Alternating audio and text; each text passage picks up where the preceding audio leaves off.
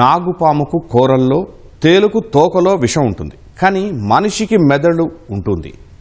ఏం ఆలోచించాలో, ఏం చెయ్యాలో అన్న కనీస విచక్షణ ఉంటుంది. ఓ మంచి మనిషిగా ఎదిగేందుకు ప్రకృతి ఇచ్చిన వరం అది. కానీ ఓ వ్యక్తికి మాత్రం అవేవీ కాక పాము, తేలును మించి నిలువెల్లా విషం ఉంటుంది. భారత వ్యతిరేకత, ఉగ్రవాదం తప్ప మరో ఆలోచనే ఉండదు. మనిషి రూపంలో ఉన్న ఆ విషనాగు పాక్ సైనికాధ్యక్షుడు అసీం మునీర్. ఇటీవల భారత్ చేతిలో పాక్ చావుదెబ్బలు తిన్నా మునీర్ పాడుబుద్ధి మారలేదు. కశ్మీర్ ఉగ్రవాదులకు అండగా ఉంటామని అతడు మరోసారి నిస్సిగ్గు వ్యాఖ్యలు చేశాడు. భారత్కు వ్యతిరేకంగా ఇంకా చాలా మాటలే తూలాడు. మరి అసీం మునీర్కు ఏం చూసుకుని ఇంత బరితెగింపు? Trump China సహకారమా? అతడి విషపు మాటలు, సార్క్ ప్రత్యామ్నాయ కూటమిపై చైనా పాక్ యత్నాల నేపథ్యంలో భారత్ ఏ మేరకు అప్రమత్తం కావాల్సిన అవసరం ఉంది?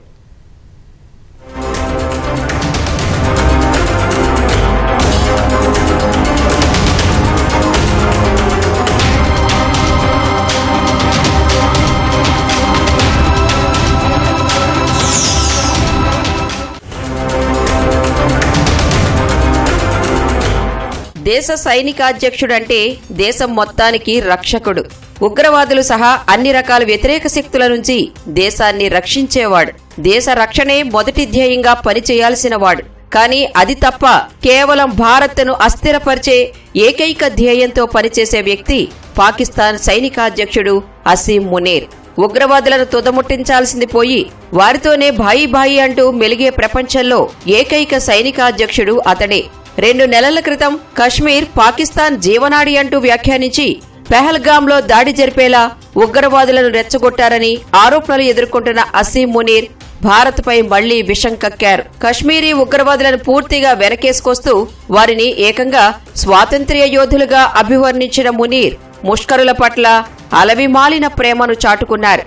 అమాయక ప్రజలను చంపుతూ కశ్మీర్లో రక్తపుటేర్లు పారిస్తున్న ఉగ్రవాదులది చట్టబద్ధ పోరాటంగా పేర్కొంటూ అచ్చంగా వారి భాషే మాట్లాడారు అసీం మునీర్. అసీం మునీర్ శనివారం పాకిస్తాన్ నేవల్ అకాడమీలో ప్రసంగించారు. దేశ రక్షణలో సమర్థంగా ఎలా పనిచేయాలో సైనికాధ్యక్షుడిగా తన కింది స్థాయికి దిశానిర్దేశం చేయాల్సిన మునీర్ వారికి అచ్చంగా ఉగ్రవాద పాఠాలు బోధించారు. భారత్ ఉగ్రవాదంగా ముద్ర వేస్తున్నది వాస్తవంగా అంతర్జాతీయ చట్టాలు గుర్తించిన చట్టబద్ధ న్యాయసమ్మతమైన పోరాటంగా పేర్కొన్నారు. సొంత దేశ ప్రజల సంక్షేమం గురించి మాట్లాడకుండా స్వయం నిర్ణయాధికారం కోసం జమ్మూ కాశ్మీర్ ప్రజలు చేస్తున్న పోరాటానికి అండగా ఉంటామని పెద్ద మాటలే మాట్లాడారు అసీం మునీర్. కశ్మీరీ ప్రజల ఆకాంక్షల ప్రకారం సమస్యకు న్యాయపరమైన పరిష్కారం కనుగొనాలని పాక్ బలంగా నమ్ముతోందని తెలిపారు. భారత్ ఎంతగా కవ్విస్తున్నా పాక్ సంయమనం పాటిస్తోందని, ఈ ప్రాంత శాంతి సుస్థిరత కోసం చాలా వివేకంతో వ్యవహరిస్తోందని బోటకపు ప్రవచనాలు వల్లించారు. ఆపరేషన్ సింధూర్లో తగిలిన చావు దెబ్బలను మరచి పాకిస్తాన్పై మళ్లీ దాడి చేసే దుస్సాహసానికి పాల్పడితే ధీటుగా బదిలిస్తామంటూ తమ స్థాయికి మించి పెద్ద మాటలే మాట్లాడారు మునీర్. అసీం మునీర్ ఇప్పుడు చేస్తున్న ప్రతి వ్యాఖ్యల వెనక వాళ్ళ యొక్క ఫెయిల్యూర్స్ ఉన్నాయి. ఆర్థిక సంక్షోభంలో ఉంది, అది ఇప్పుడు ఇంకా తీవ్ర స్థాయికి వెళ్ళిపోయింది. ఆ ఆర్థిక సంక్షోభం నుంచి తర్వాత ప్రజల నుంచి తీవ్ర స్థాయిలో ఉన్న ఆ నిరసనని పోగొట్టడం కోసము ఎప్పటిలాగానే ఇప్పుడు కూడా కాశ్మీర్ అంశాన్ని తెర మీదకు తీసుకొస్తుంది పాకిస్తాన్కి ఇది అత్యవసర పరిస్థితి అండి. యాక్చువల్గా 2 నెలల క్రితమే మనము ఘోరంగా వాళ్ళని దెబ్బతీసినా సరే బాహాటంగా వాళ్ళు చెప్పుకోలేని పరిస్థితి. ఏదో అక్కడ ట్రంప్ గారి సపోర్ట్ తీసుకొని వాళ్ళ యొక్క ఫినాన్షియల్గా కానీ లేదంటే మోరల్గా కానీ ట్రంప్ గారి సపోర్ట్ బాగా ఉంది.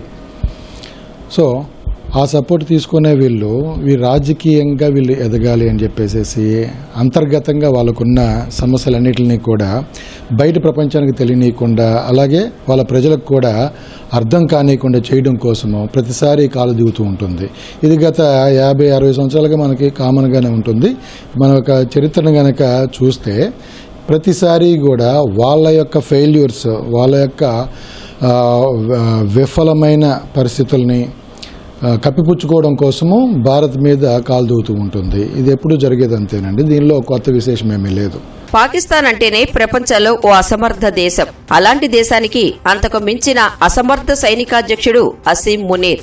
ఆది నుంచి భారత్కు బద్ద వ్యతిరేకిగా గుర్తింపు తెచ్చుకున్న అతడు 2 నెలల వ్యవధిలో మరోసారి నోరు పారేసుకోవడం వెనుక అనేక కారణాలు కనిపిస్తున్నాయి. ఆపరేషన్ సింధూర్లో జరిగిన నష్టంతో మునీర్ ఉడికిపోతున్నాడు. ఆపరేషన్ సింధూర్ సమయంలో భారత నావికాదళం ఐఎన్ఎస్ విక్రాంత్, బ్రహ్మోస్ క్షిపణులతో కరాచీ పోర్టును దిగ్బంధించింది. అందువల్లే పాక్ నావికాదళం సమర్థంగా ప్రతిస్పందించలేదు. కీలకమైన కరాచీ పోర్టుకు అపార నష్టం తప్పదని భావించి తోకముడిచిన పాక్ భారత్ను శరణు వేడింది. భారత నౌకాదళ సత్తాను, తమకు జరిగిన అవమానాన్ని సహించలేని అసీం మునీర్ పాకిస్తాన్ నేవల్ అకాడమీలో భారత వ్యతిరేక వ్యాఖ్యలు చేయడం ద్వారా నౌకాదళ సిబ్బందిని రెచ్చగొట్టే ప్రయత్నం చేసినట్లు భావిస్తున్నారు. అంతేకాకుండా నౌకాదళంపై పట్టు పెంచుకోవడం ద్వారా భారత్పై చేస్తున్న ప్రచన్న యుద్ధాన్ని మరింత సమర్థంగా కొనసాగించే కుట్ర దాగి ఉందనే విశ్లేషణలు ఉన్నాయి.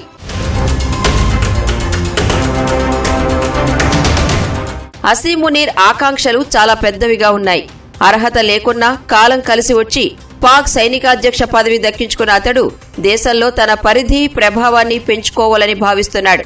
ఇటీవలే ఫీల్డ్ మార్షల్ హోదాను దక్కించుకున్న మునీర్లో ఆశలు మరింత పెరిగిపోయాయి. సైన్యంలోనే కాకుండా పరిపాలన, కీలక నిర్ణయాల్లో తన పాత్రను పెంచుకోవడానికి భారత వ్యతిరేక వ్యాఖ్యలు చేస్తున్నారు. పాకిస్తాన్లో ఏ పార్టీ అధికారంలో ఉన్నా పాలనలో సైన్యానిదే కీలక పాత్ర.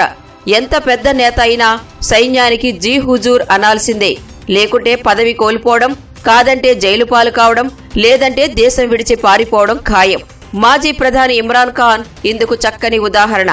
ప్రధానిగా ఉన్న సమయంలో పాక్ సైన్యానికి, దానికి అండగా నిలిచిన అమెరికాకు కొరకరాని కొయ్యగా మారారు ఇమ్రాన్. ఈ సమయంలో అమెరికా అండతో సైన్యాధ్యక్ష పదవి చేపట్టిన అసీం మునీర్ వెంటనే ఇమ్రాన్తో పాటు ఆయన భార్యను కేసుల్లో ఇరికించి జైలు పాలు చేశారు. విపక్షం లేని బలహీనమైన సంకీర్ణ ప్రభుత్వాన్ని గద్దెనెక్కేలా సహకరించారు. షహబాజ్ షరీఫ్ నేతృత్వంలో ఈ ప్రభుత్వం ఎన్నాళ్లు ఉంటుందో చెప్పలేని పరిస్థితి.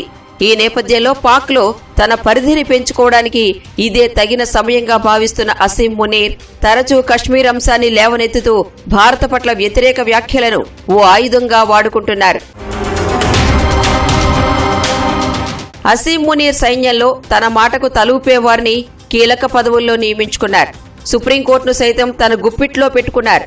రాజ్యాంగాన్ని మార్చి సైన్యాధ్యక్ష పదవిని 3 ఏళ్ల నుంచి 5 ఏళ్లకు పెంచుకున్నారు. అయినా బలూచిస్తాన్లో విభజనవాదం, అఫ్ఘాన్ తాలిబన్ల తిరుగుబాటు, ఆర్థిక పరిస్థితులు దిగజారి ప్రభుత్వం, సైన్యంపై దేశ ప్రజల్లో ఆగ్రహం పెరిగింది. బలవంతపు రాజీనామాలతో సైన్యంలో అసంతృప్తి ఉంది. వెరసి దేశం అంతర్యుద్ధం అంచులకు చేరి పరిస్థితులు చక్కదిద్దలేని స్థాయికి చేరడంతో వీటన్నింటి నుంచి అందరి దృష్టి మళ్లించడానికి అసీం మునీర్ కశ్మీర్ అంశాన్ని తురుపుముక్కగా ఎంచుకున్నారు. కశ్మీర్లో కల్లోలం రేపడం ద్వారా తన అస్తిత్వం కాపాడుకోవాలన్నది అతడి దుర్బుద్ధి. అందుకే ఉగ్రవాదులకు మద్దతుగా ప్రకటనలు చేస్తూ వారిని రెచ్చగొడుతున్నారు అసీం మునీర్. పెహల్గాం దాడికి ముందు, తాజాగా శనివారం చేసిన వ్యాఖ్యలు ఈ కోవలోనివే. ఇక ఇటీవల అమెరికా అధ్యక్షుడు డొనాల్డ్ ట్రంప్ శ్వేత సౌధంలో సకల అతిథి మర్యాదలతో విందు భోజనం ఇచ్చినప్పటి నుంచి అసీం మునీర్ కాళ్లు భూమి మీద ఉండటం లేదు. ఓవైపు అసీం మునీర్ భారత వ్యతిరేక వ్యాఖ్యలతో నోరు పారేసుకుంటుంటే మరో పరిణామం కూడా ఆందోళన పరుస్తోంది. కొన్నాళ్లుగా నిస్తేజంగా ఉన్న దక్షిణాసియా ప్రాంతీయ సహకార కూటమి సార్క్ స్థానంలో సరికొత్త ప్రత్యామ్నాయ సంస్థ ఏర్పాటుకు చైనా, పాకిస్తాన్ ఉమ్మడిగా కృషి చేస్తున్నట్లు తెలుస్తోంది. ఈ 2 మిత్ర దేశాలు ఇవి ఏం చేసినా భారత్ వ్యతిరేకతతోనే ఉంటాయి. కొత్తగా ఏర్పాటు చేయాలని భావిస్తున్న కూటమిలోకి భారత్ను కూడా ఆహ్వానించాలని అవి భావిస్తున్నా వాటిని పూర్తిగా నమ్మలేని పరిస్థితి. కారణం చైనా ఇప్పటికే చేపట్టిన belt and road initiative Pak ఆక్రమిత కశ్మీర్ గుండా వెళుతోంది. ఈ ప్రాజెక్టులో పాక్ కూడా భాగం. ఇది భారత చుట్టూ చైనా పన్నిన చక్రవ్యూహమని మన దేశం భావన. అందుకే ఈ ప్రాజెక్టులో భారత్ చేరలేదు. ఇప్పుడు సార్క్ కు ప్రత్యామ్నాయ కూటమిలో భారత్ చేరే అవకాశాలు కూడా తక్కువే. యాక్చువల్గా ఈ సార్క్ కంట్రీస్ లో భారత్ కూడా ఉండేది. వాళ్ళ ఇన్ఫ్రాస్ట్రక్చర్ని డెవలప్ చేసుకోవడం కోసం రీజనల్ ఆ కంట్రీస్ అన్నిటిని కూడా డెవలప్ చేసుకోవడం. బట్ ఎప్పటి నుంచో కూడా ఇది జరిగిందేం లేదు. వీటన్ని కంట్రీస్లో కల్లా బాగా అభివృద్ధి చెందిన దేశాలు ఏమైనా ఉన్నాయనంటే ఓన్లీ భారత్, చైనా. సో వీటిని ముందుకు తెర మీదకు తీసుకొచ్చి వాళ్ళ యొక్క దేశం యొక్క పరిస్థితుల్ని వాళ్ళ యొక్క ప్రజల యొక్క తీవ్ర నిరసనని కప్పిపుచ్చుకుందామని ప్రయత్నం చేస్తుంది. బట్ సార్క్ కంట్రీస్ ద్వారా వీళ్ళు సాధించేదైతే ఏమీ లేదు. భారత్ కొత్తగా తీసుకునే జాగ్రత్తలు ఏం లేదండి. ఆ ప్రభుత్వం, మన దగ్గర ఉన్న ప్రభుత్వం, ఏ ప్రభుత్వం అయినా సరే పాకిస్తాన్ విషయంలో, చైనా విషయంలో అంత ఈజీగా ఎవరిని దౌత్యపరంగా ఎవరిని నమ్మే పరిస్థితులు అయితే లేవు. భారత్ స్వతంత్రంగా నిర్ణయాలు తీసుకోగలదు, స్వతంత్రంగా ఎదగగలదు. కాకపోతే డొనాల్డ్ ట్రంప్ యొక్క దౌత్యపరంగా ఆయన యొక్క సలహాలు వింటుందే గాని పాటించాల్సిన అవసరం భారత్కి ఎప్పుడూ లేదు. అయితే తాజా పరిణామాలు భారత్ మరింత అప్రమత్తంగా ఉండాల్సిన అవసరాన్ని గట్టిగా సూచిస్తున్నాయి. హసీం మునీర్ వ్యాఖ్యలు సహా మనకు వ్యతిరేక దేశాలైన పాక్, చైనాల వక్రబుద్ధి గురించి ముందే తెలిసి ఉన్న నేపథ్యంలో భారత్ సరిహద్దుల సంరక్షణ, భద్రత, అంతర్గత భద్రతతో దౌత్య నీతి విషయంలో వ్యూహాలను మార్చుకోవాల్సిన సమయం ఆసన్నమైంది.